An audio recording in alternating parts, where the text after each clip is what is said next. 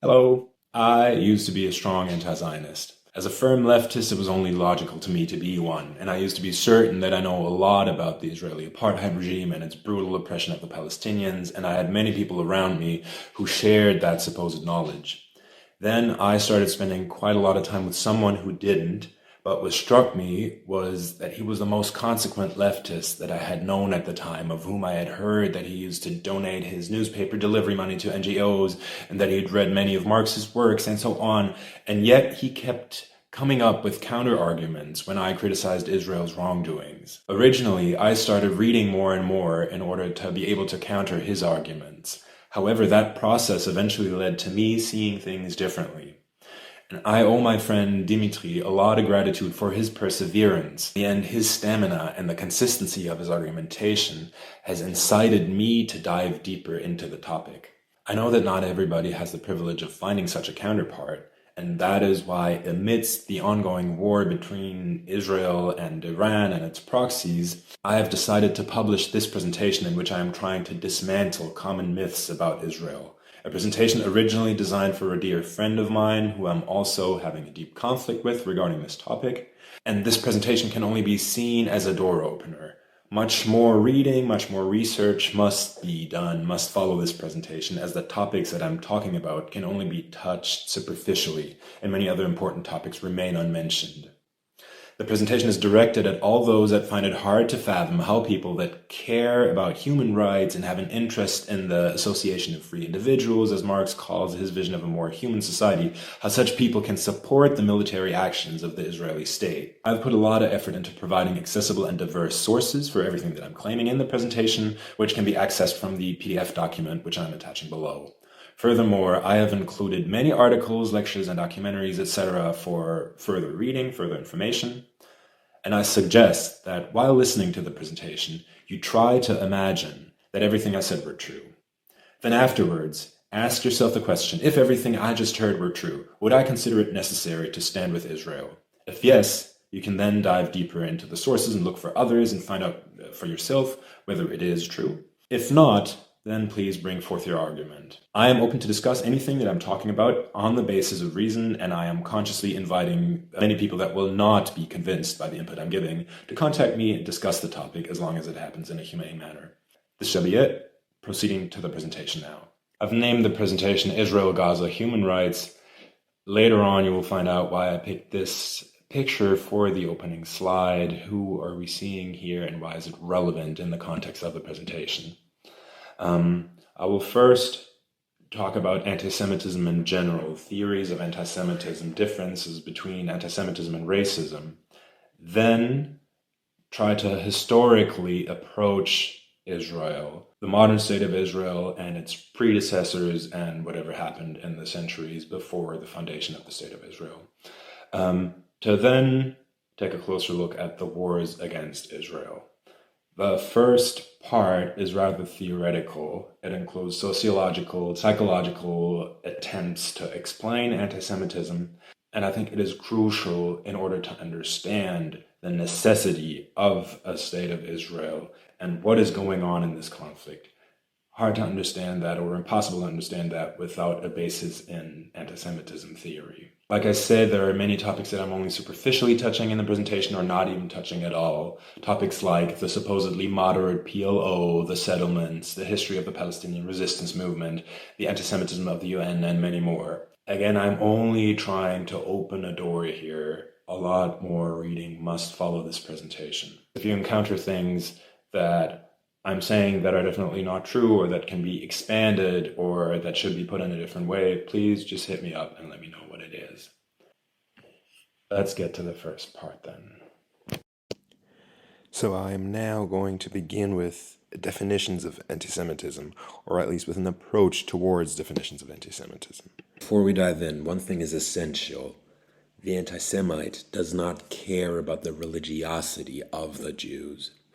Whether they believe or whether they do not believe, them being a Jew is an ethnic question in anti-Semitism, just as it was in the Nazi regime. Let's begin with differentiating anti-Semitism from racism, because the two are, in today's discussion, they are often melted together, and it is often pretended that anti Semitism is just a form of racism, whereas there is a racist form of anti Semitism. The most relevant form of anti Semitism that we encounter today is very distinct from racism. And that is why I'm going to distinguish the two. When racism tends to devaluate the groups of people that it has as its subject, anti Semitism devaluates them, but especially also goes along with a negative valorization.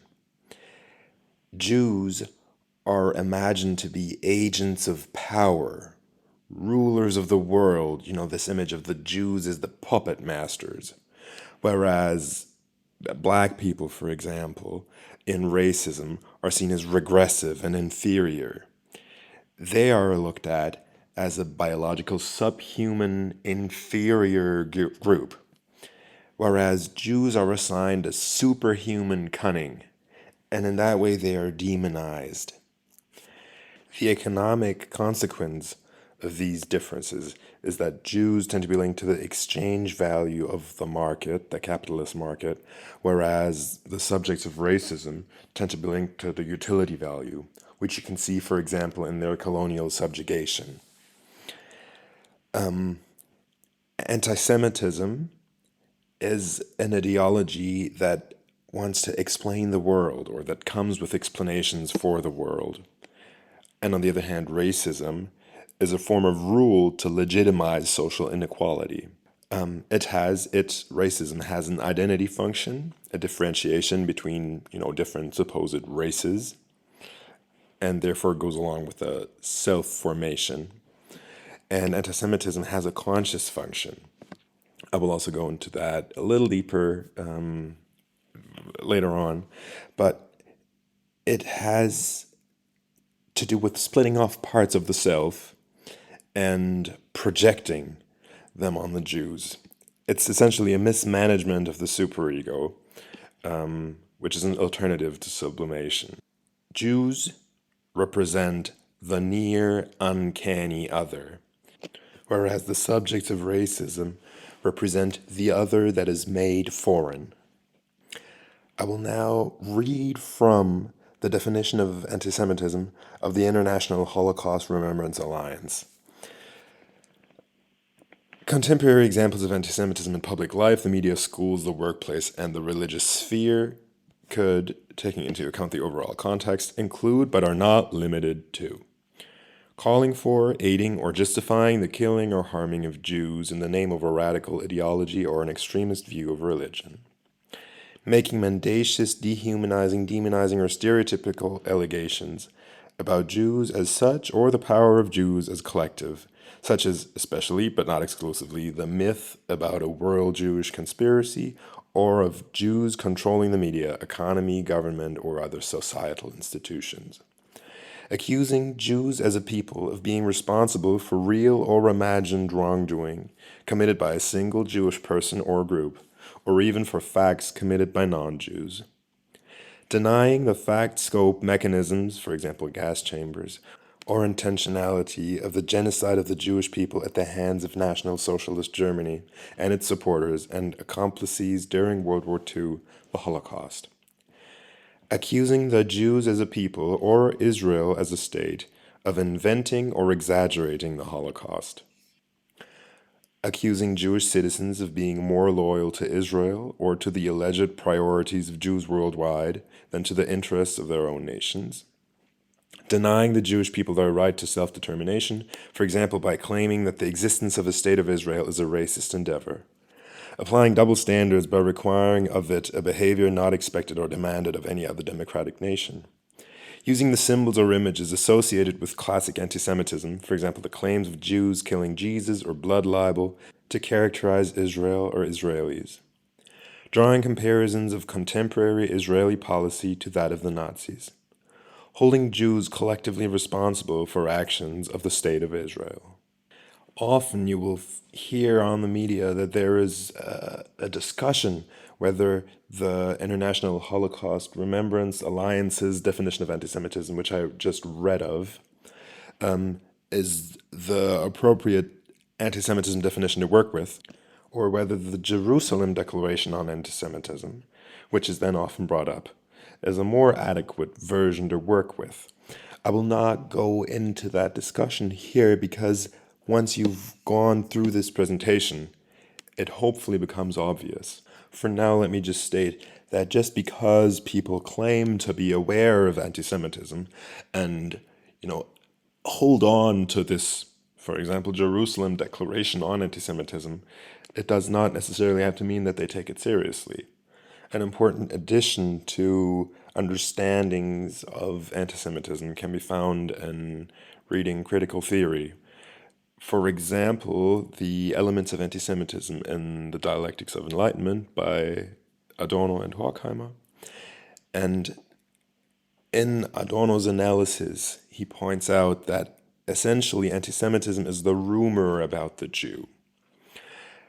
It's closely linked to so many conspiracy theories being founded in anti-Semitism. And Adorno analyzes that the unreflected projection of capitalist social formation often leads to anti-Semitic ideologies and worldviews.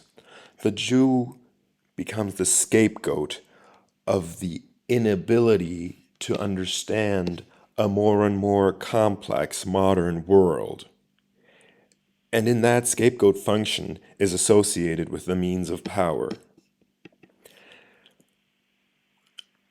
To dive deeper into the history of anti-Semitism, into definitions of anti-Semitism, I have attached a lecture on the history of anti-Semitism. You can copy the link from the PDF that you can find in the video information below. I will try to give an overview of the history of anti-Semitism, even though, again, I must say that this is only bits and parts of a topic that essentially is way too large to put it into a presentation that's a little bit more than an hour long. Jewish and Israelite culture is approximately 3,200 years old. An early form of anti-Judaism was driven by Christian substitution theology. Subsequently, in Europe and the Mediterranean, Jews were not given full civil rights despite political protection in some cases, and pogroms and massacres were often the consequences of crises that the different societies found themselves in. Again, Jews were made the scapegoats. In the 11th century, the Crusades, for example, led to rumors and anti-Jewish sentiments in Europe.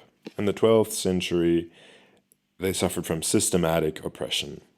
Jews were labeled as evil and as followers of a false faith. The yellow badge was introduced, the Jewish hat, and professional restrictions, except a restriction for money lending. Although the origins of the association of Jews with the sphere of money lie in ancient Roman times, in the medieval it has been strengthened. In the 14th century, laws of blood impurity were introduced by the Inquisition.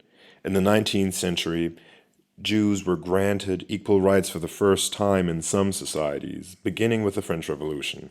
Simultaneously, new forms of anti-Jewish hatred emerged, connected with simplistic criticism of capitalism in many cases, or biological anti-Semitism.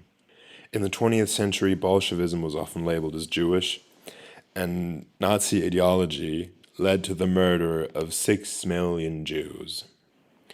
After 1945, so after the defeat of Nazi Germany, and from 1947 onwards, after the founding of the State of Israel, waves of anti-Semitic attacks, now labeled as anti-Zionist attacks, and pogroms, such as on October 7th, 2023, have been continuing to this very day. I will conclude this chapter about anti-Semitism with a take on anti-Semitism as a negative guiding idea of modernity. And I am quoting Samuel Salzborn here. The ideological connection between right-wing, left-wing, and Islamic anti-Semitism is characterized by a worldview that sees a Jewish world conspiracy behind everything and everyone. In practice, the hostility is directed not only against Israel and Jews worldwide, but also against everything associated by the anti-Semites with them. It's against the Enlightenment and liberalism, against modernity and individuality, against freedom and democracy. In other words, against every promise of individual freedom and happiness. Right-wing anti-Semitism is often strongly based in biologistic and racist ideas, and that's what I was referring to earlier. There is a more racist form of anti-Semitism, which we find in right-wing anti-Semitism, but it's something that we encounter more seldomly. And also the anti-Semitism of the right wing, of neo-Nazis and so on, is strongly consistent of the other forms of anti-Semitism as well. Then in left-wing anti-Semitism, we find the anti-Semitic criticism of capitalism and certain anti-imperialist ideas. That, of course, does not mean that any criticism of capitalism is anti-Semitic. There is just a superficial and regressive form of critique that associates the capitalists and the individuals in power with the Jews, and that believes that once these individuals, whether they're called Jews or not, are eliminated, the world would be a better place. And then we have Islamic anti-Semitism, which consists of anti-Semitic propaganda, for example, in connection with the Middle East conflict, but that dates back to the Quran, and I will later on quote from the Quran and from strongly anti-Semitic passages in it. So you can see that these distinct forms of anti-Semitism are also merged in the way that they're an ideology of integration. All of them are. I will pause or end the chapter on anti-Semitism in general here and proceed with anti-Semitism and Israel. Let us first look at Israel on a map. Here you can see a map of at least parts of the world, and then you can see a tiny, tiny, tiny little red spot, not exactly in the center, and that's Israel.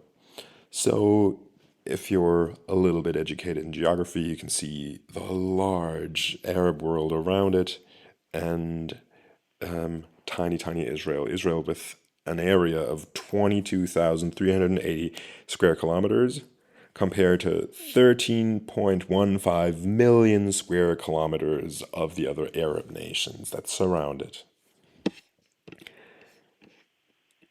About the ancient Jewish history of Israel. Early Judaism and the foundation of the Jewish kingdom in the region of modern-day Israel date back to the 13th century BCE. The ancient Jewish kingdom in Israel has been conquered by Romans, by Greeks, by Babylonians, and as a consequence, expulsions happened. In 70 CE, the Jewish temple was destructed by the Romans. In 637, the Muslim conquest of Jerusalem happened. In the 11th century, Jerusalem was conquered by the Crusaders. In 1291, it was conquered by the Mamluk Empire. In 1516, it was incorporated into the Ottoman Empire. Now, the first Zionist World Congress happened in 1897. That was before the modern state of Israel was founded, but it's closely linked to that. And why there is that link between the Zionist World Congress and the foundation of Israel has to do with what Zionism is. And that I'll try to explain next. In this picture, you see Theodor Herzl. Theodor Herzl is the originator of political Zionism, and I will only talk about political Zionism here. There was also religious Zionism, but it plays less of a role in my argumentation. What is Zionism? Zionism is a movement with the goal to establish, in this case, a secular Jewish nation. Herzl's Zionism, the Zionism of the 19th century, late 19th century, is a direct consequence of the anti-Semitism within strengthening European nations. So, in the 19th century, we see many nationalist movements within Europe.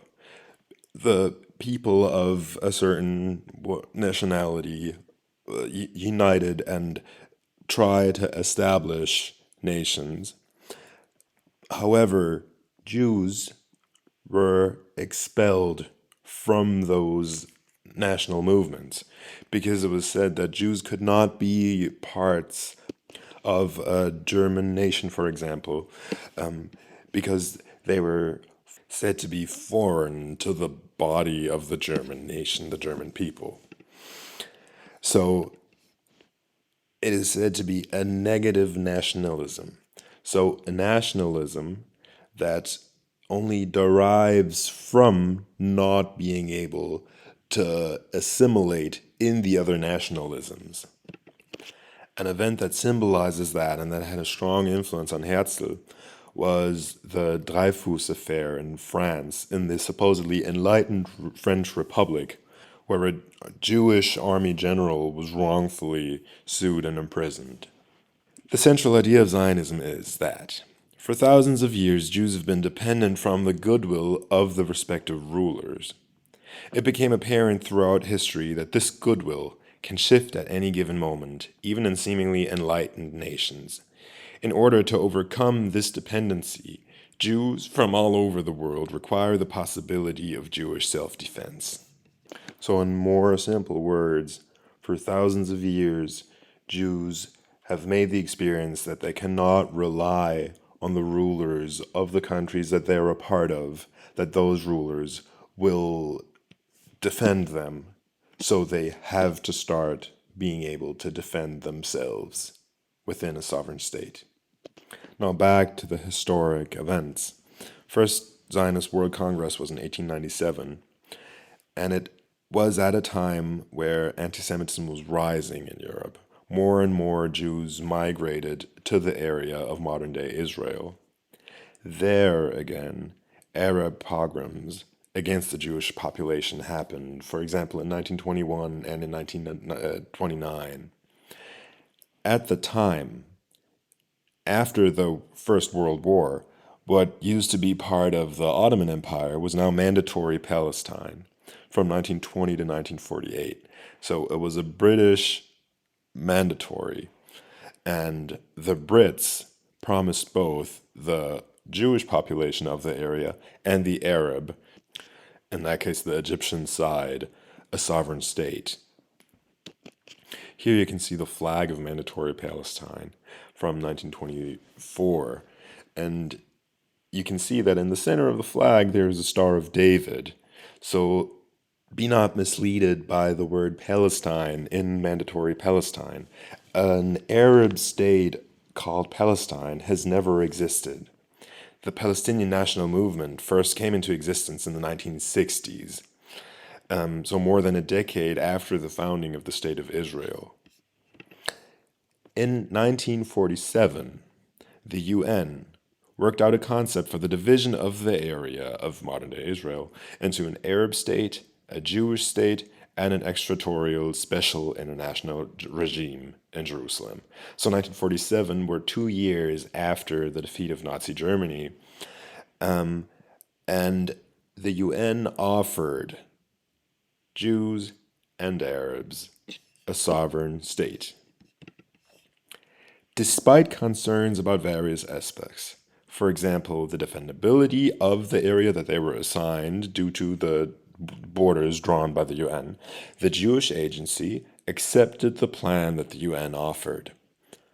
All Arab nations rejected the plan. This is 1947. There could have been a sovereign Arab Palestinian state or whatever they would have called it. All Arab nations rejected the plan that the UN made. 20 years later, in 1967, this position towards a Jewish state on Arab Muslim soil was consolidated officially in the Khartoum Resolution by the Arab nations. I'm jumping ahead a little bit here, but in the Khartoum Resolution, all leaders of the Arab League that were present to the fourth summit of the Arab League committed to 3 no's towards Israel. No to peace with Israel, no to recognizing Israel, no to negotiations with Israel. We'll jump back to 1948. 1948, the year of the Declaration of Independence of the State of Israel. I will read an extract from that Declaration of Independence. The State of Israel will be open for Jewish immigration and the ingathering of the exiles. End quote. Let me remind you that the idea of Zionism is that Jews have a right to defend themselves in the sovereign state. So it is only consequent that this Declaration of Independence expresses the openness of that state to all Jews. I'm quoting again from the Declaration of Independence. It will devote itself to the development of the country for the benefit of all of its inhabitants. It will be based on freedom, justice, and peace as envisioned by the prophets of Israel. It will ensure complete equality of social and political rights to all its inhabitants, irrespective of religion, race, or gender. End quote. I'll read that again. All its inhabitants, irrespective of religion, race, or gender. Has that been established? Has that been made reality? We will get to that later. Yes, it has. Quote again. It will guarantee freedom of religion, conscience, language, education, and culture. It will safeguard the holy places of all religions, another very important point, and will be faithful to the principles of the Charter of the United Nations. End quote. So take a look at that in close detail, and you may take that and compare it to actual Israeli politics rule. You can look at the way that the holy sites have been treated after the 1967 Six Days War, and take a look at many other details that I'm not going to dive into in this presentation.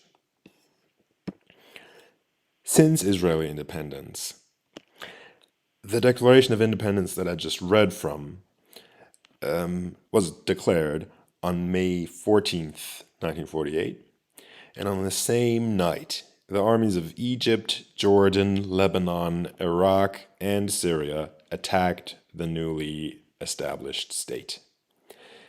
In the course of this war of independence, approximately 700,000 Arabs left their homes or were expelled. Today, it is often talked about that there are 5.3 million Palestinian refugees. These supposed 5.3 million Palestinian refugees have their own UN agency. There is one UN agency for refugees of the entire world, and one UN agency only for Palestinian refugees.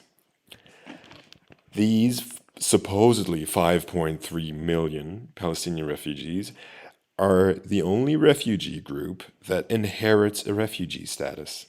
Again, if you look up the numbers, around 700,000 Arabs were expelled from their homes. And today, we're talking about a number of approximately 5.3 million. Now, this is a little bit outdated. The number might now be higher because of the current war, but still, we have these incredibly different numbers. In addition to that refugee problem, another topic that I'm only touching upon here, but that could be dived into a lot deeper. Another important aspect is that the Palestinian refugees in the neighboring Arab countries are constantly kept in camps. They are denied citizenship. as an argumentary weapon in the fight against the Jewish state. It is now often claimed that when the Palestinians are negotiating with the Israelis, a condition for a Palestinian state must be the right for return for all those 5.3 million refugees. However, if you look at the population of Israel, you will see that if these 5.3 million were allowed to return to what's now Israel, there would not be a Jewish majority in the population anymore, and Israel would not be a Jewish state anymore. Because as soon as democratic elections happened, there would not be a Jewish majority. Of course, the people that demand that know that. And they know that with that claim and with that condition, it means the end of the state of Israel. Now, these originally 700,000 Arabs that had to leave their homes can be contrasted to approximately 850,000 Jews that were expelled from Arab countries after the War of Israeli Independence or were forced to flee. These 850,000 Jews are very, very seldomly talked about. There is a movie that I can highly recommend called The Silent Exodus. I linked it in the PDF that you can find in the video notes below. And there's also a Wikipedia page that lists the number of Jews or the size of the Jewish populations of the Arab countries before the foundation of the State of Israel and after. And you can see that in the Middle East alone, before 1948, there was a Jewish population of about 300,000. Today, the Jewish population measures about 400. Now let's talk about the aftermath of the War of Independence.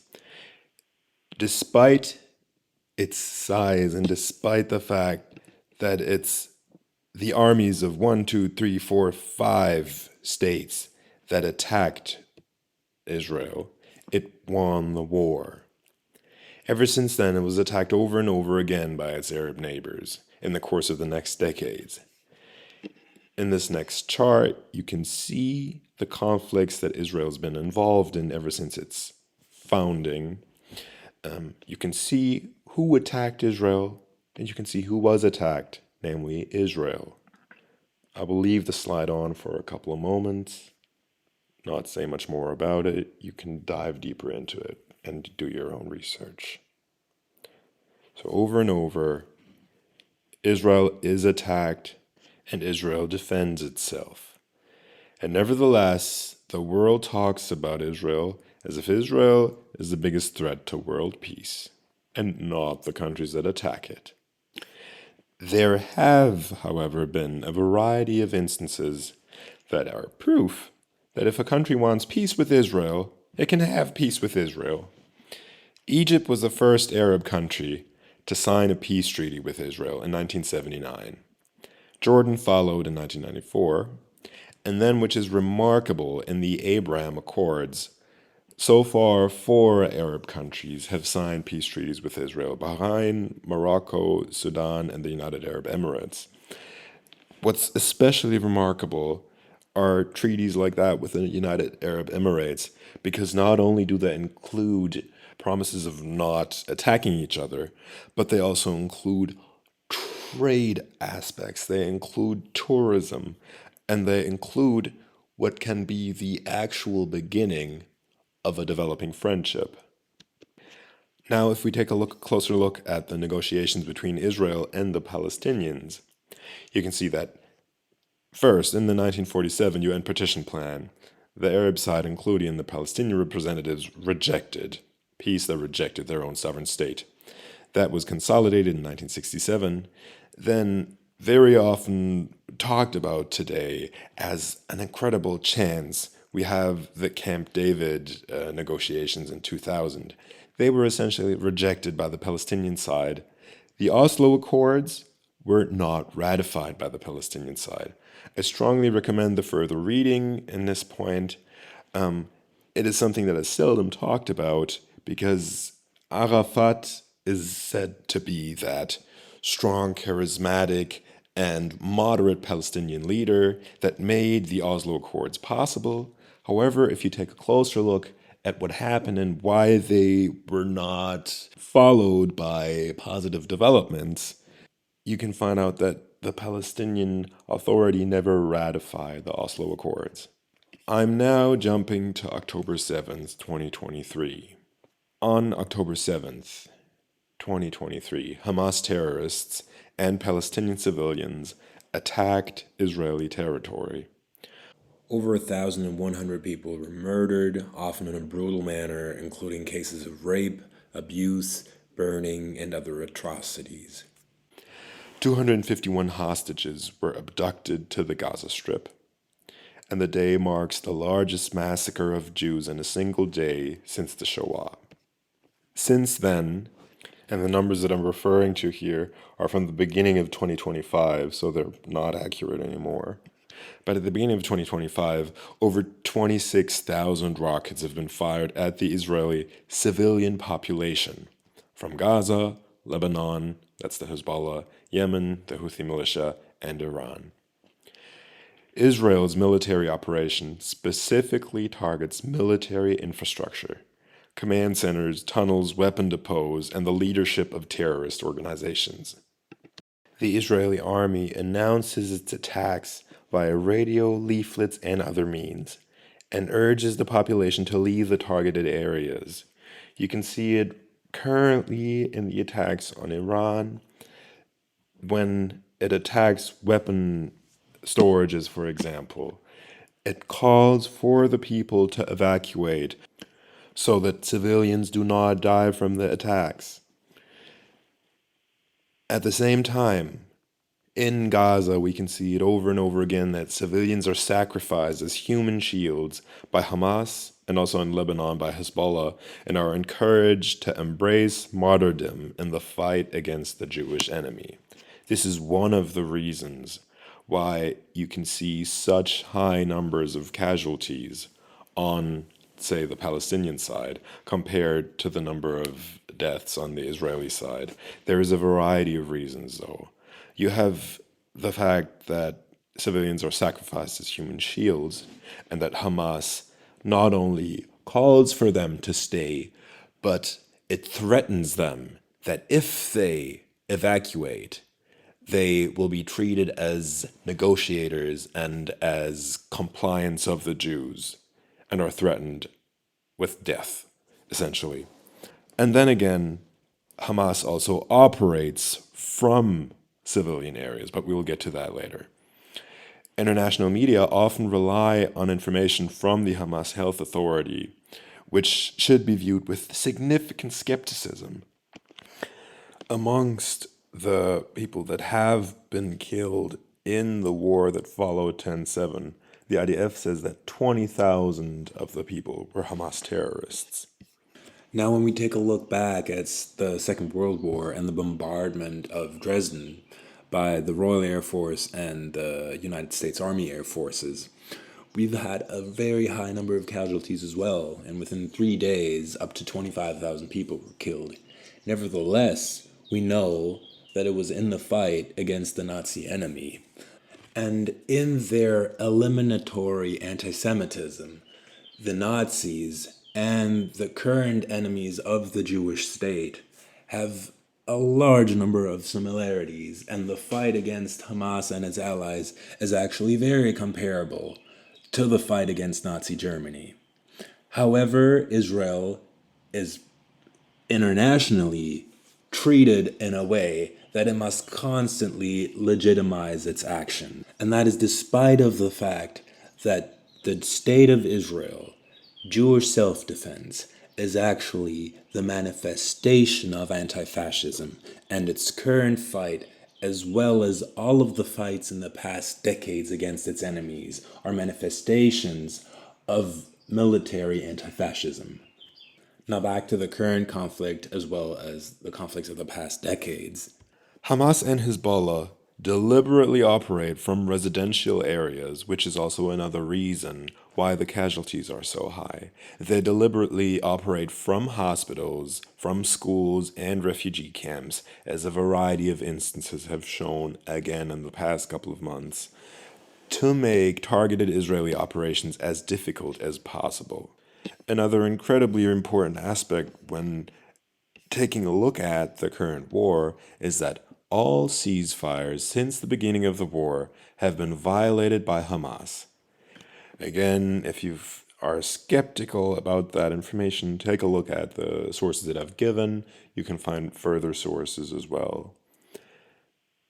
On top of all of these things, we may never forget that at any given moment the war could end. The Israeli bombardments and military action could end if Hamas released the remaining hostages, which they, to this very day, decline to do. I am now going to proceed with talking about the enemies of Israel. And out of the three people that you can see in this slide, fortunately, only one is still alive. On the left, we can see Hassan Nasrallah, former leader of the Islamist terrorist organization, the Hezbollah. In the center, you can see Yahya Sinwar, former leader of the Hamas in the Gaza Strip. Both were eliminated by Israel in the fall of 2024. On the right, we can see the supreme leader of the Islamist Republic of Iran, Ali Khamenei. And as of this week, it is said that President Donald Trump vetoed against the Israeli army eliminating Khamenei. We will see how that develops. Millions and millions of Iranians would long for nothing more than his death. But yeah, to this day, he's still alive. Let us start with the Islamic Republic of Iran. So, Supreme Leader Ayatollah Khamenei regularly calls for the destruction of Israel. The final solution, meaning the elimination of the Jewish state, is a paramount state objective of Iran. He, Khamenei, finances Hezbollah, the Houthi militias, and Hamas with billions of dollars and equips them with their military arsenals. Just recently, last week, reports have come out that had Iran developed actual nuclear missiles, the parts were supposed to be brought to Lebanon and to Gaza in order to be shot at Israel from there. Despite President Obama's widely praised Joint Comprehensive Plan of Action, the Iranian nuclear deal, Iran kept working on the abilities to produce nuclear weapons.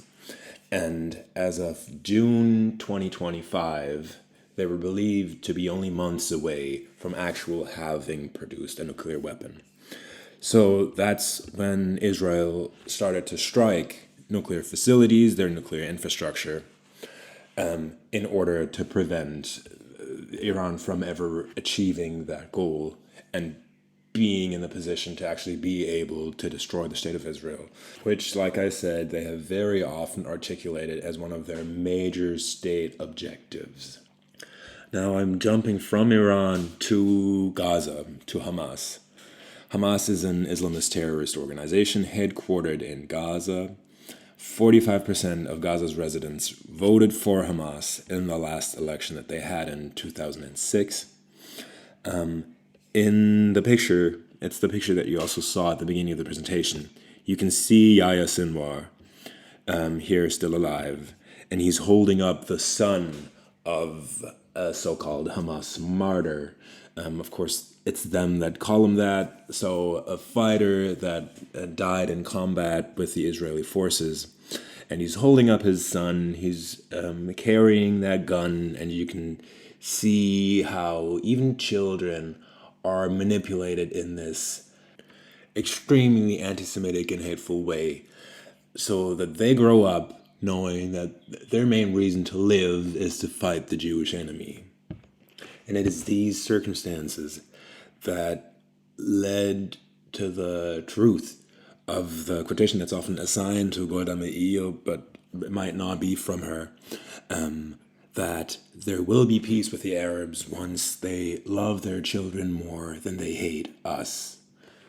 I'm now going to read a little extract from the original charter of Hamas. Mujahideen.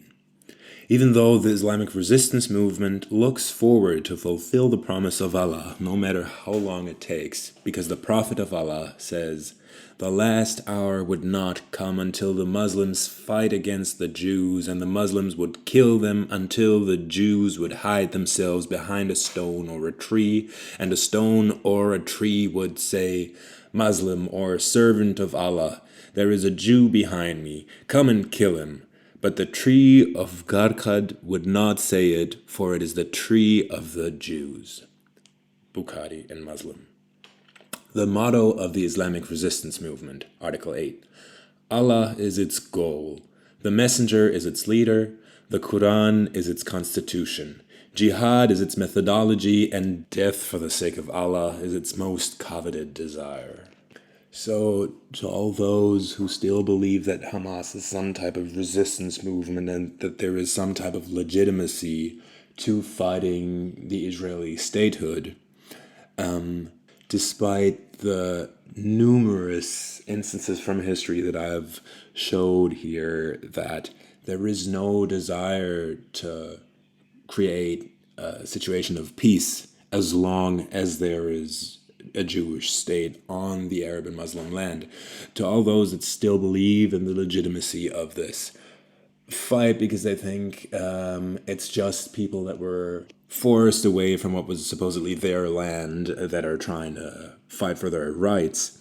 This charter is one of the many examples that shows it is not about the right to return to a certain land, or it's not about fighting for being heard. It's about anti-Semitism, and it's about the hatred against Jews. There was a document that Hamas published in addition to the charter in 2017, which is often quoted as a proof that Hamas is more moderate now.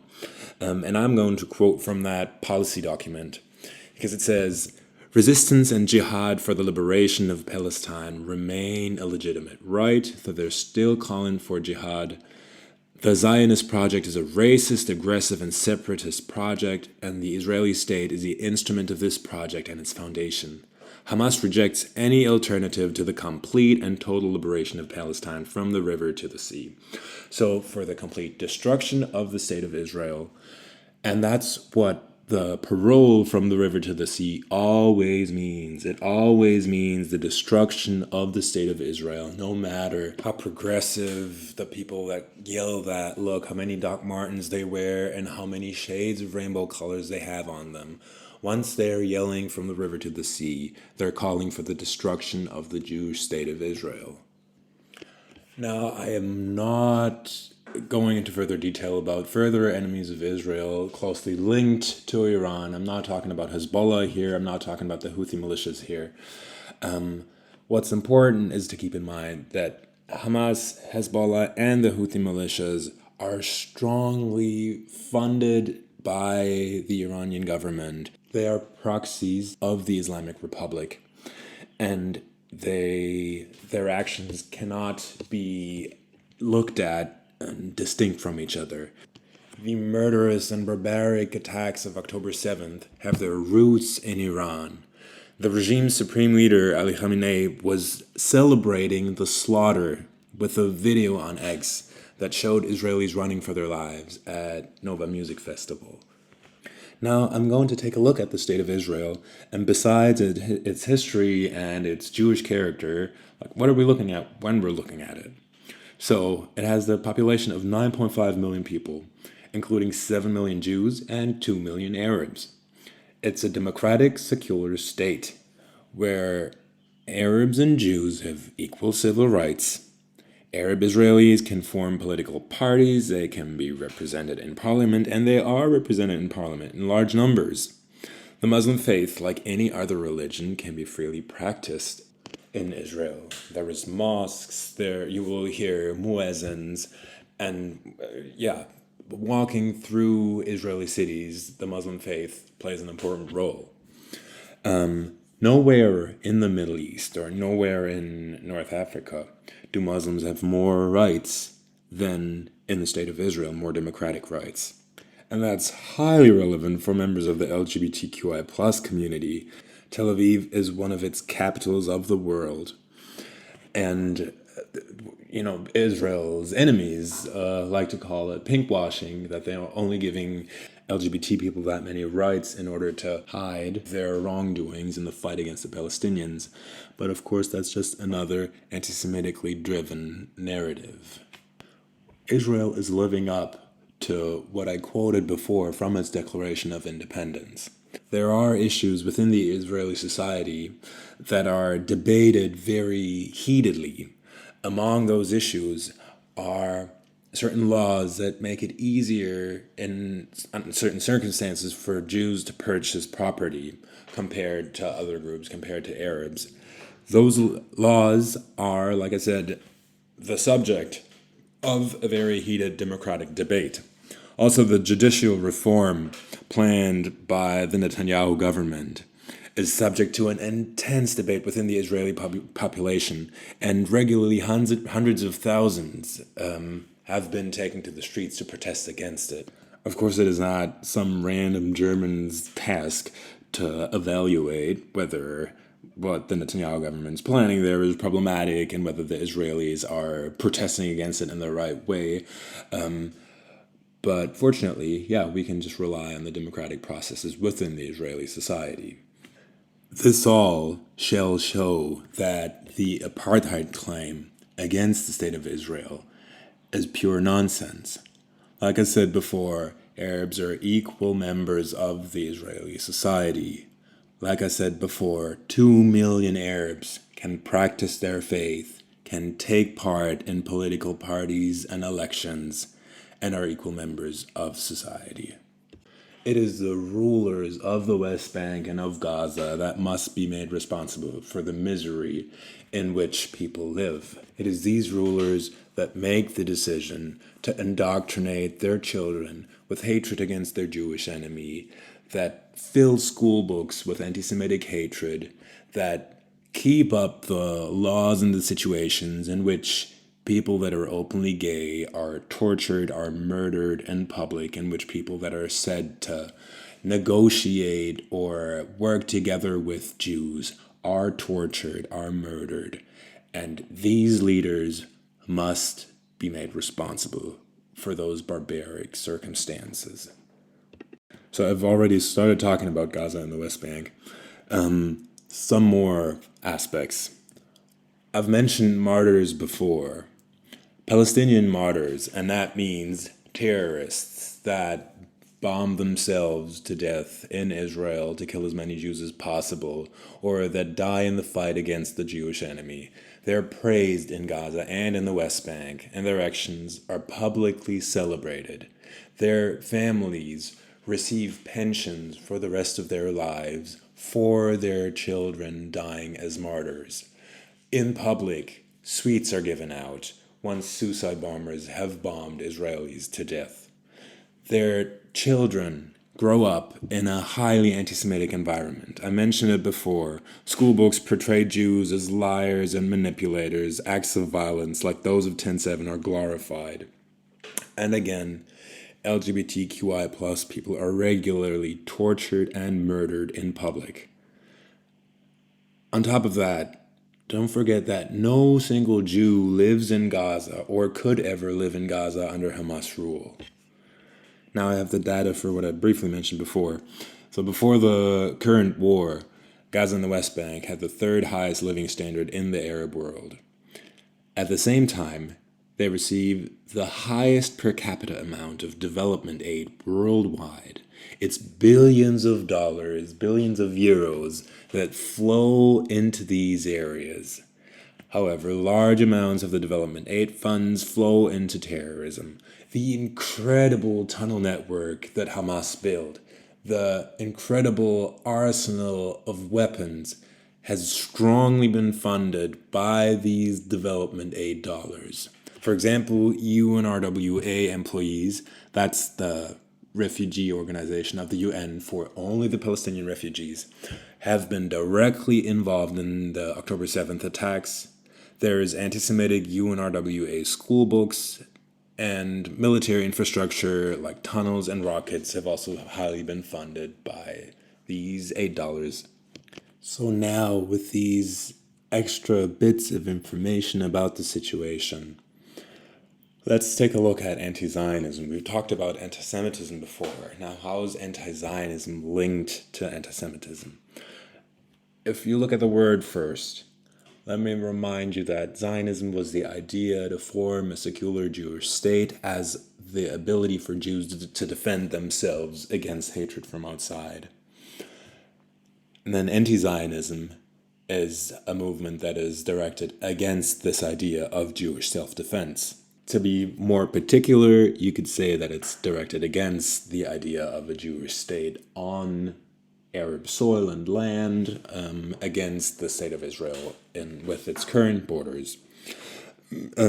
So why is it a synonym to Israel-related anti-Semitism?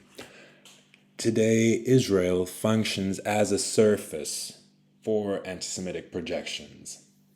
Israel is a Jewish state. It is the only Jewish state. And in its function as a Jewish state, it's connected with the anti-Judaist Christian and Islamic stereotypes. What used to be the Jews as a group or as individuals is now the Jewish state. And the Jewish state is now the epitome of modernity with its bourgeois capitalist society and democratic system. To refer it back to one of the topics that were mentioned before, support of Israel is very often interpreted as a conspiracy. Like, why would people support Israel? There must be some reasons behind. There must be an explanation, because it cannot be for logical reasons or for,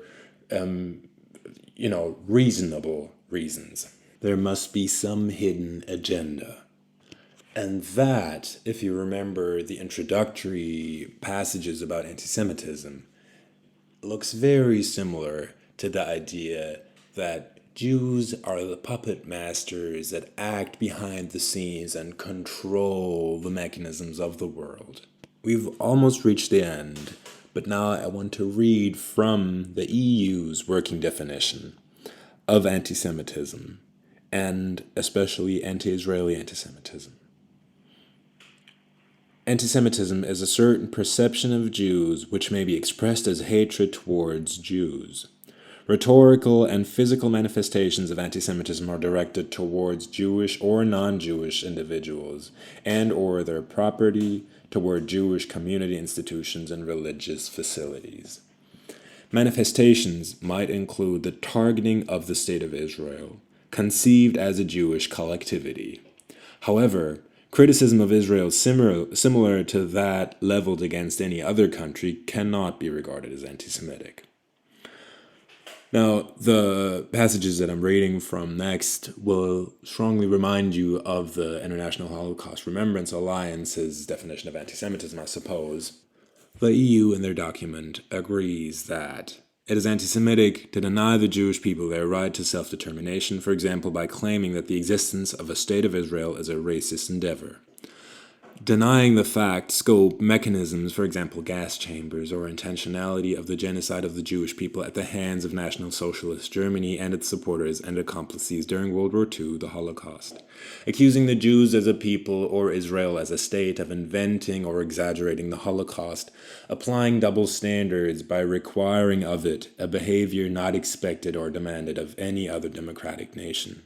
Using the symbols and images associated with classic anti-Semitism, for example, claims of Jews killing Jesus or blood libel, to characterize Israel or Israelis, drawing comparisons of contemporary Israeli policy to that of the Nazis.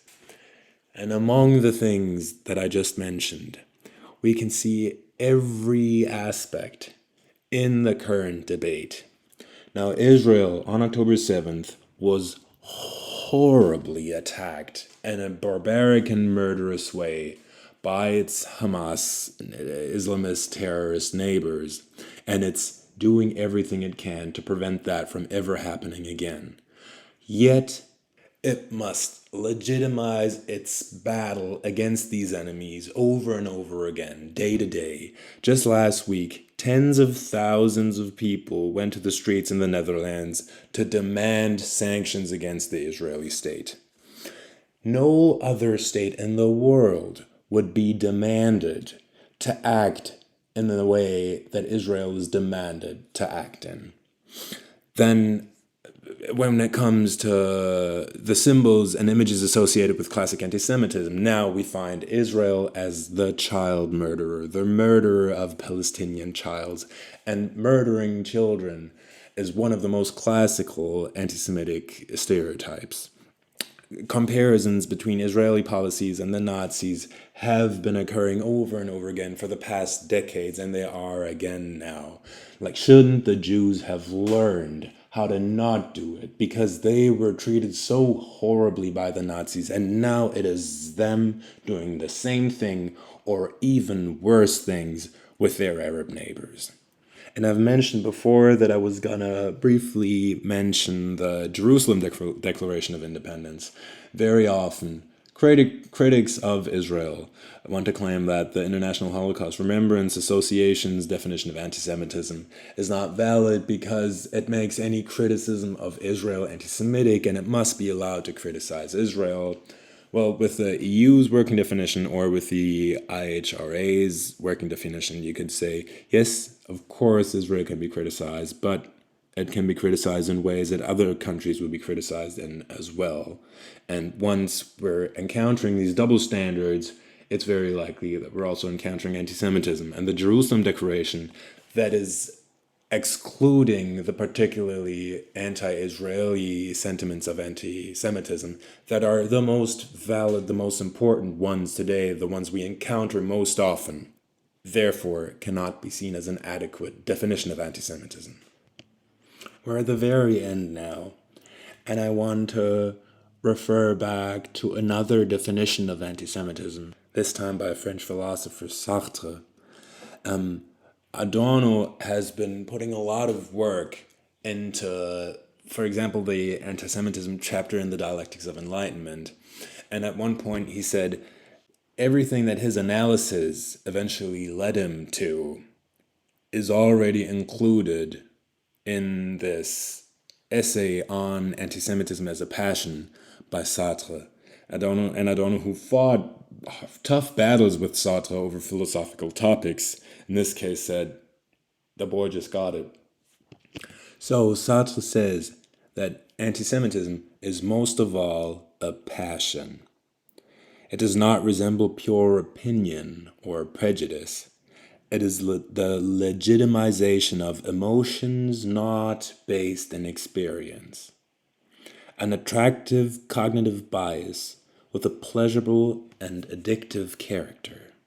It is the longing for simple explanations and the permitted drive discharge or instinct discharge instead of the strenuous effort of politico-economic insight. It is the rage against, in reality, one's own weakness. So connect that to what I said earlier, that in modernity, people encounter a more and more complex world with an economic system that creates great unequal and that is very complicated to really understand. And people suffer from it, but they do not refer to the complexity of an inhumane system, but to certain characters when it comes to expressing their rage and hate. And these characters might be labeled as Jews, or they might not be labeled as Jews.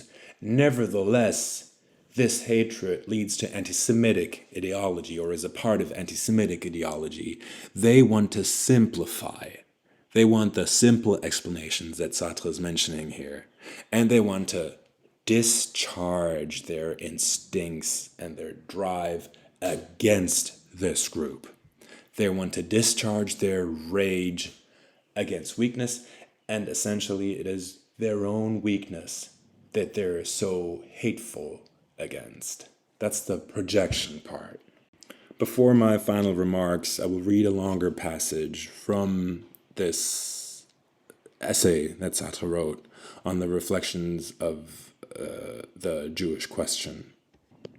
He, the anti-Semite, is a man who has no fear, not of the Jews, of course, but of himself, of his consciousness, of his freedom, of his instincts, of his responsibility, of loneliness, of change, of society and the world.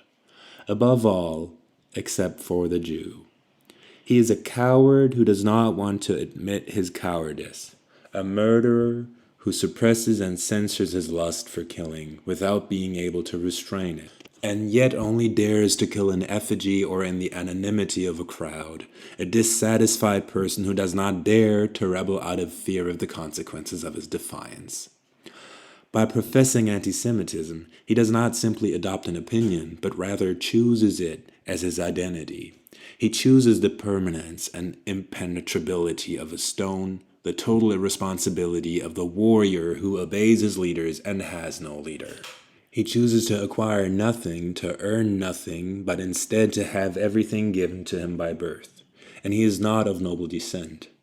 Finally, he chooses that the good is complete, beyond question, and unassailable. He does not dare to examine it out of fear of having to challenge it or seek something else. The Jew is here merely a pretext.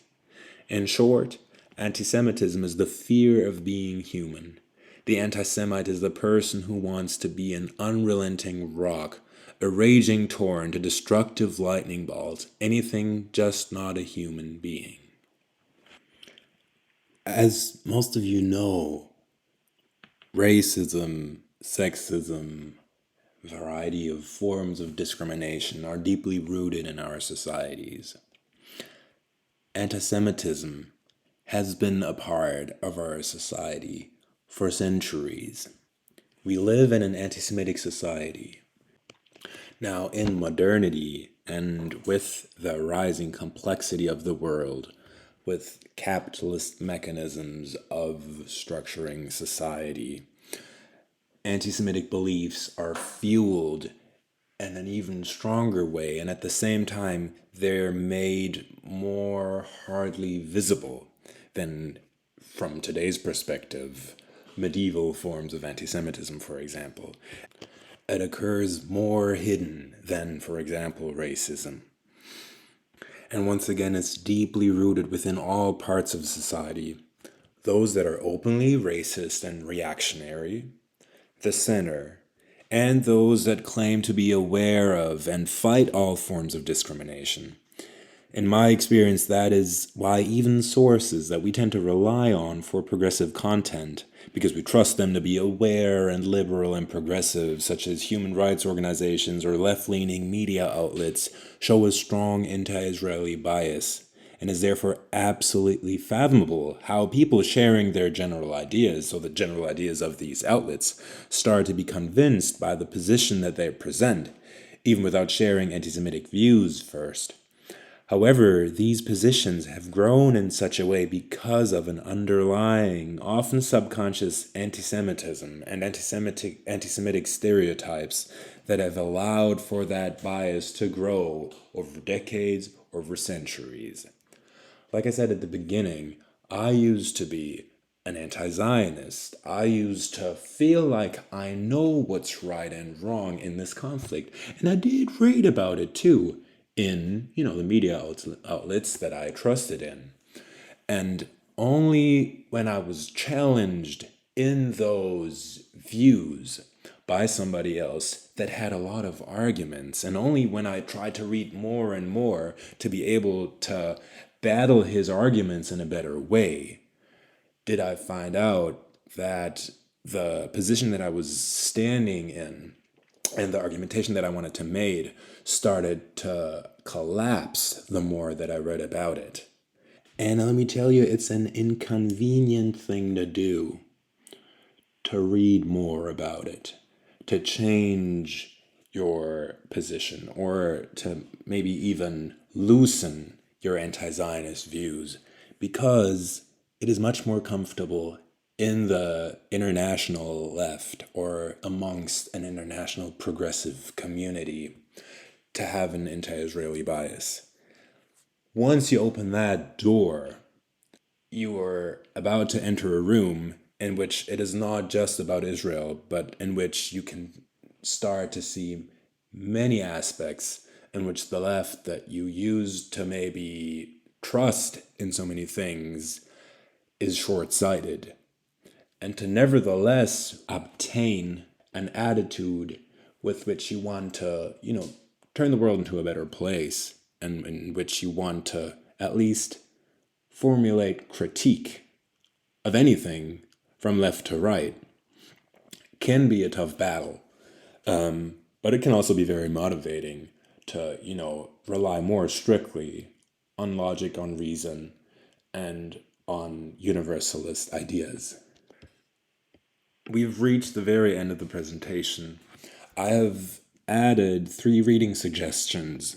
If you are curious, if you're interested in reading more about pro-Israeli points of views, if you want to add to your regular media outlets such that do not share the anti-Israeli bias that I've mentioned before, I can recommend the Tablet Mag. For example, it's a Jewish magazine about the world. It's also very aesthetically pleasingly designed, and you will find a lot of content about Israel and the Middle East. Then I suggest reading Israeli sources. For example, the Jerusalem Post or the Times of Israel. They have English websites, they have English online versions of their newspapers. High recommendation here. And then I've picked 3 lectures or talks that I'm also recommending. One on the aftermath of the 1948 War of Independence by one of the most world-renowned historians on the topic, Benny Morris. You can find it on YouTube. You cannot copy and paste the link from this video, but like I said before, I've made a PDF with all of the sources accessible that you can find in the video notes. Then I've added a talk by German professor Stefan Griegert on the anti-Semitism of the Ayatollahs. Very up-to-date and very important during these days in the June of 2025, even though it's a little older. And Griegert is speaking in English to people at Indiana University in this talk. And then eventually a talk about something that I have not touched upon in this presentation, but that's also very important, the BDS movement. It's a talk about another German colleague. His name is Alex Feuerherd. It's translated into English in the video that I've attached here, The Israeli Boycott Movement, BDS, by Alex Feuerherd. Then you will also find links to 2 speeches of my own that I held at rallies here in Jena.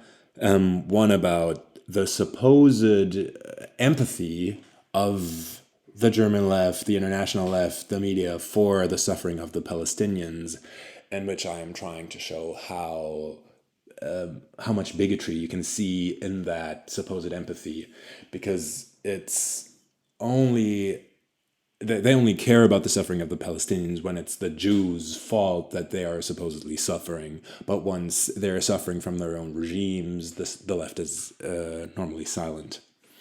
Then I have another speech about the media bias against Israel. I've mentioned it briefly here. You'll find more examples and more about it in that speech. I've translated both speeches into English. And then I have one more article on the anti-Semitism of the United Nations. United Nations against Israel, Europe's UN votes, the same old game between Brussels and Ramallah, also in English. Now, thank you for your attention. Thank you for listening until here.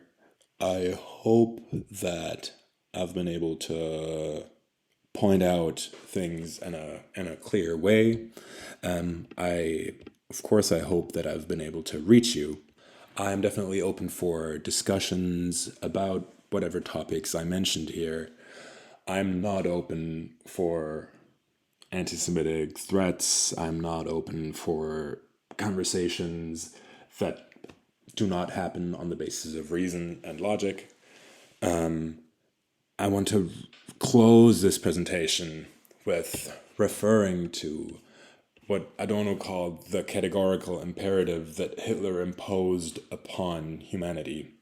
And it is that they, humans, must arrange their thinking and conduct so that Auschwitz never repeats itself, so that nothing similar ever happens again.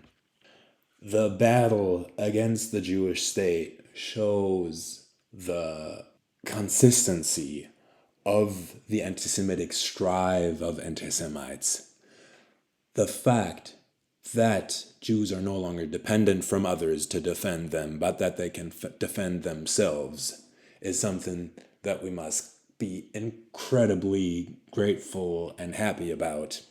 And therefore, the solidarity with the fight of that Jewish state and the solidarity with the actions of the Israeli army that try to defeat their anti-Semitic enemies must be seen not only as proof that Adorno's categorical imperative is still valid and relevant, but also as a way to act in correspondence with that categorical imperative.